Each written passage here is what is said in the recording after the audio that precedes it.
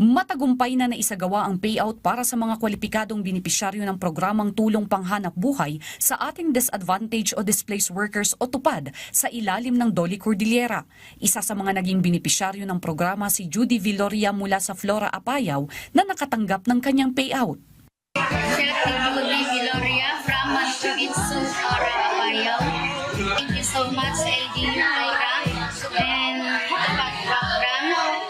Nagyaman kami ti ato sabay ko nga TUPAD program kaya ato ili nakil na tulong ka na kami lalo na nakitika sa kulat may daw ang nakil na iso'y labanag para ka na kami nagyaman. Nagpaabot din ng kanyang taus-pusong pasasalamat si Romel Miranda mula sa Malayugan, Flora Apayao bilang isa sa mga benepisyaryo ng TUPAD program. Maraming salamat po sa Dolly at sa LGU Flora at naging beneficiary po ako ng TUPAD. So gamitin ko po ito para sa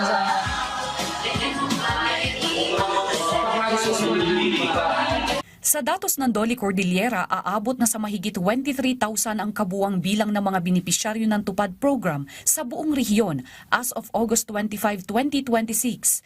Pinakamarami ang benepisyaryo sa Abra na umaabot sa mahigit 7,000. Sinusundan ito ng Mountain Province at Benguet na may mahigit tig 4,000 na benepisyaryo. Samantala mahigit 2,000 naman ang mga benepisyaryo sa Kalinga.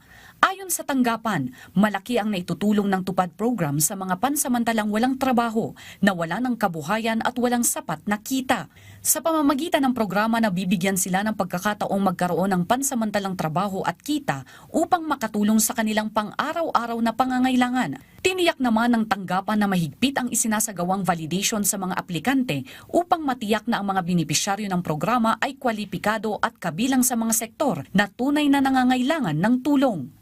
Christine Bornolia sa Baway para sa Bayan.